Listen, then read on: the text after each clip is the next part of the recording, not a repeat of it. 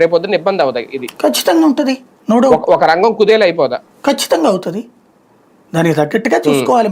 కొత్త మార్కెట్లు చూసుకోవాలా, అవునా? తప్పదు. వ్యాపారంలో ఒడిదుడుకులు అంటారు దీన్నే. నువ్వు అమెరికా కోసం పెట్టలేదు, కానీ అమెరికా నుంచి వస్తుంది కాబట్టి ఎక్కువ చేసావు. ఇదివరకు ఒకప్పుడు మందులు దట్టగా ఉండేది. అమెరికాలో తక్కువ రేట్లకు అనేసి మనం పంపించేవాళ్ళం, వాడికి తక్కువ రేటుకు దొరికాయి మన మందులు.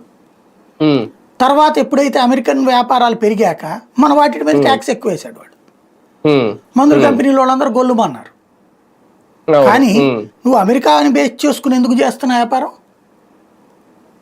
నువ్వు శ్రీలంకోడి కోసం ఎందుకు చెయ్యవు? భూటానోడి కోసం ఎందుకు చెయ్యవు?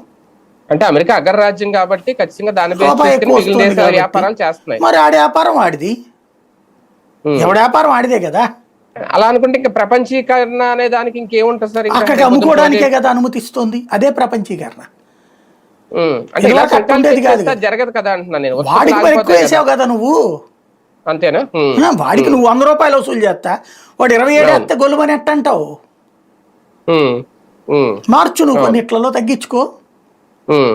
సిస్టమ్ అనేటటువంటిది నేను చెప్పినట్టు ఇచ్చుకుంటే వాయను, పుచ్చుకుంటే వాయను, అంతే. దీనికి ఏంటి సార్ కన్క్లూజన్? ఇప్పుడు దేశాధినేతలు అందరూ కూర్చుని మాట్లాడాలా? మన ప్రధానులు అందరూ వెళ్ళిన కూర్చుని ఏమి ఎవరు కూర్చున్నా ఏమవదు. ఇదొక దశల వారీగా జరుగుతుంది. ఈ లోపు 2-3 దేశాలు ఆల్రెడీ తగ్గించడానికి రెడీ అయినాయి. అలా తగ్గించే వాళ్ళకి ఆడు తీసేస్తారు ట్యాక్స్లు.